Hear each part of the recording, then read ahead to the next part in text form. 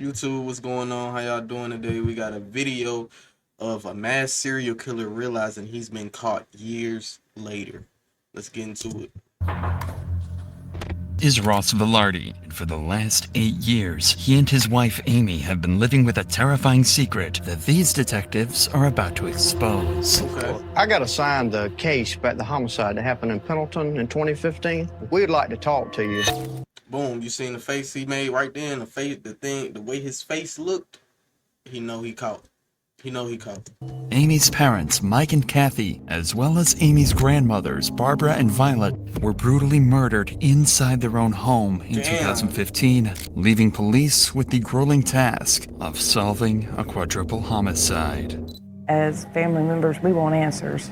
But unbeknownst to everyone, Ross and Amy were the killers all along. We're not here. That's so fucked up. Knowing you killed your loved ones whole time, it's you the whole time that did it, and you know you did it. How could you even live with guilt on yourself like that? I couldn't imagine. Because we think you did it, or you might have did it. We know you did it. It's piling up, Ross. You don't want to roll the dice on this, I'm telling you. On November 1st, 2015, Mike and Kathy Scott, Not her with them fake ass tears, knowing she crying fakely. Not her with the fake crocodile tears. alongside their mothers, Barbara and Violet, were found brutally murdered in their trailer home. Everyone was found with similar injuries, a slashed throat and a gunshot wound to the head made after they died. They were also found with knife wounds on their hands, indicating that each victim had tried to fight back before being killed. There were even bloody handprints on the doors and walls, showing that someone had even tried to escape after they'd been stabbed. The terrifying scene inside the trailer home would go completely unnoticed for the entire day, until, according to Amy, she went to check up on her parents and found them lying dead inside their home. And at around 12:30 that day, Amy decided to call 911. 911, what's location of emergency? Oh my God! I need somebody out here. What's going on? Oh Full of shit. Full of shit. Disgusting. God! There's 4 people. In my mama's house, and Who are these people that are in the house? it's my mom and my grandma and my granny and my stepdad. When Anderson County Police arrived on the scene, they said it was one of the bloodiest scenes they'd ever been to. But something was off. Detectives noted no signs of forced entry and thought it couldn't have been a robbery as there were multiple valuable items left in plain sight inside the home. This made 2 things clear to detectives. Whoever was responsible was allowed inside the home before the acts, and that they only had one thing on their mind: murder. Oh, he got that mug. It seemed like this case had to have been committed by someone close to Mike and Kathy, but with insufficient evidence, the case slowly went cold, allowing Amy and Ross to get back on the streets and live their normal lives again for years to come. A question we get all the time is Here how they do go you with do these culinary ads. As school y'all know, on we law? are skipping And the way these we do it is by ads. We do not want this. The police always had their suspicions about this case and were never comfortable letting it stagnate. Amy's Facebook page showed that she constantly had fights with Kathy and Mike over her children, often calling them narcissistic, emotionally abusive, and disrespectful. What's most disturbing was a video of Ross and Kathy's fighting found on Amy's page, where Ross says something that would come back to haunt him forever. Why don't you have grandma come out here real quick? I don't think your grandma wants to deal with this trash. I showed you stop. Yep, yeah. Oh, In addition to this eerie statement from Ross, police found something that seems damning. They discovered a photo Mike had sent to a coworker just 2 days before his death, a couple of $100 bills. And inside Amy and Ross's trailer was a neatly organized stack of $100 bills, exactly the same serial numbers as Mike's. At the time, this was all treated as circumstantial, but slowly more coincidences would begin to line up that gave police enough reason to suspect Amy and Ross as potential killers. So, in 2023, they reopened the case. That is so crazy, bro. Nearly a decade after the events that put an end to nearly an entire family. Detectives started by launching a series of interviews with Mike and Kathy's closest peers to try and get a better picture of Amy and Ross and see if they might have been responsible after all. They begin with Mike and Kathy's neighbor to learn about Amy's relationship with her mom and if he saw anything the day of the incident. With the daughter, got angry with her, and kept the children from Kathy. So tell us about that. It seemed that they really tried to help Amy a lot. And Mike and Kathy, they really took care of the kids. And it broke Kathy and Mike's heart. She just really missed the kids and the two older ladies that lived there. So it's like the grandparents, man, they the ones taking place of the parents that ain't doing their job, and they making sure the kids are getting the love, getting fed, getting treated properly, and then they gonna take the kids from them on some what's the word I'm looking for? Y'all know the word I'm trying to say. Some not devious. Devious is a synonym to it, I guess you would say. What's the word I'm looking for? Fuck. Goddamn word. What's the fucking word I'm looking for? Spite. They doing shit out of spite. That's what it was. They were used to the kids coming in and out.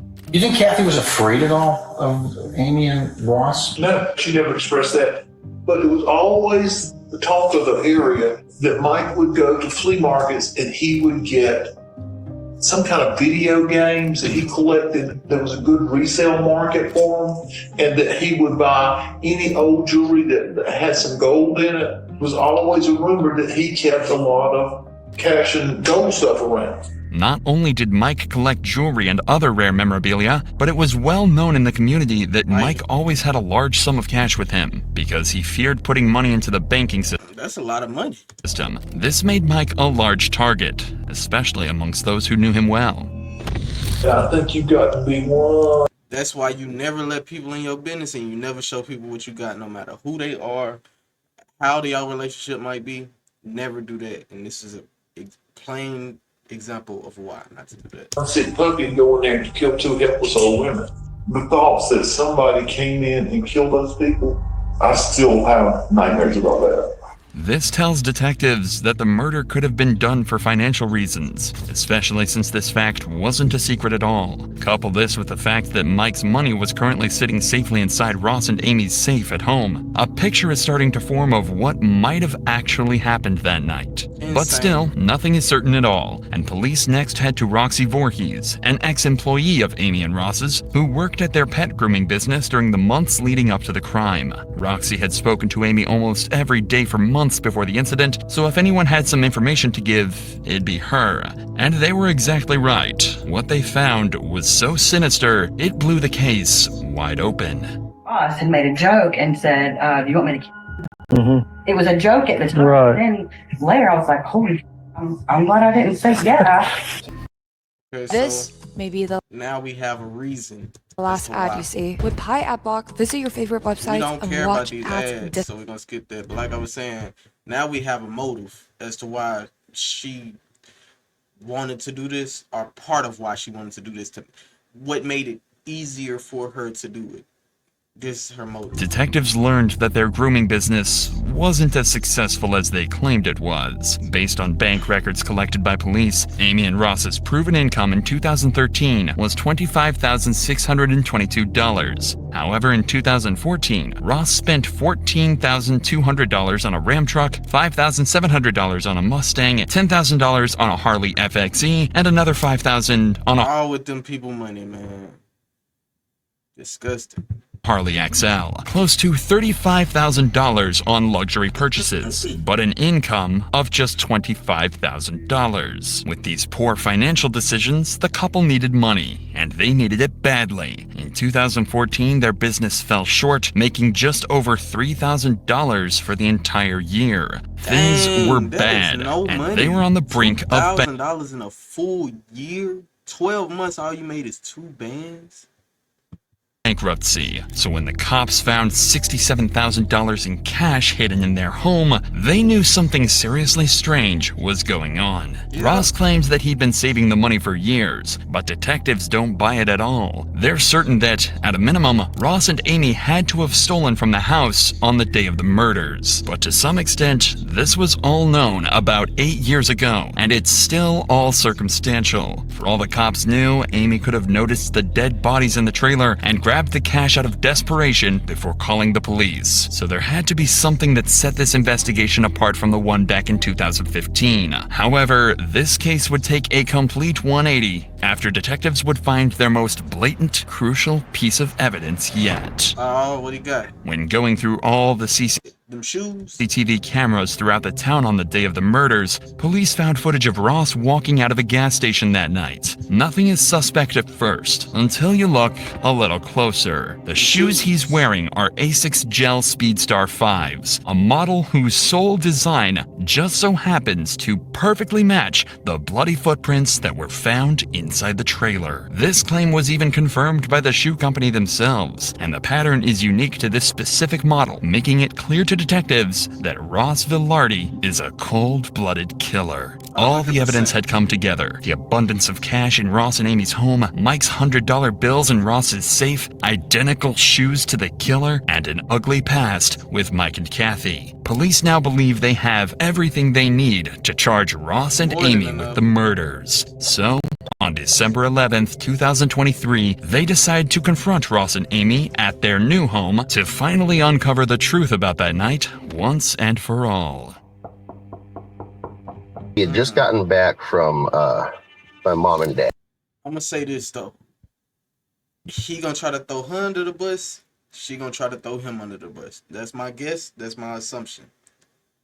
Let's see if I'm right. She went to knock on the back door, but the back door kind of just like was already cracked open or something like that. And that's when she apparently found the scene that she found. She went bolting back out of the house.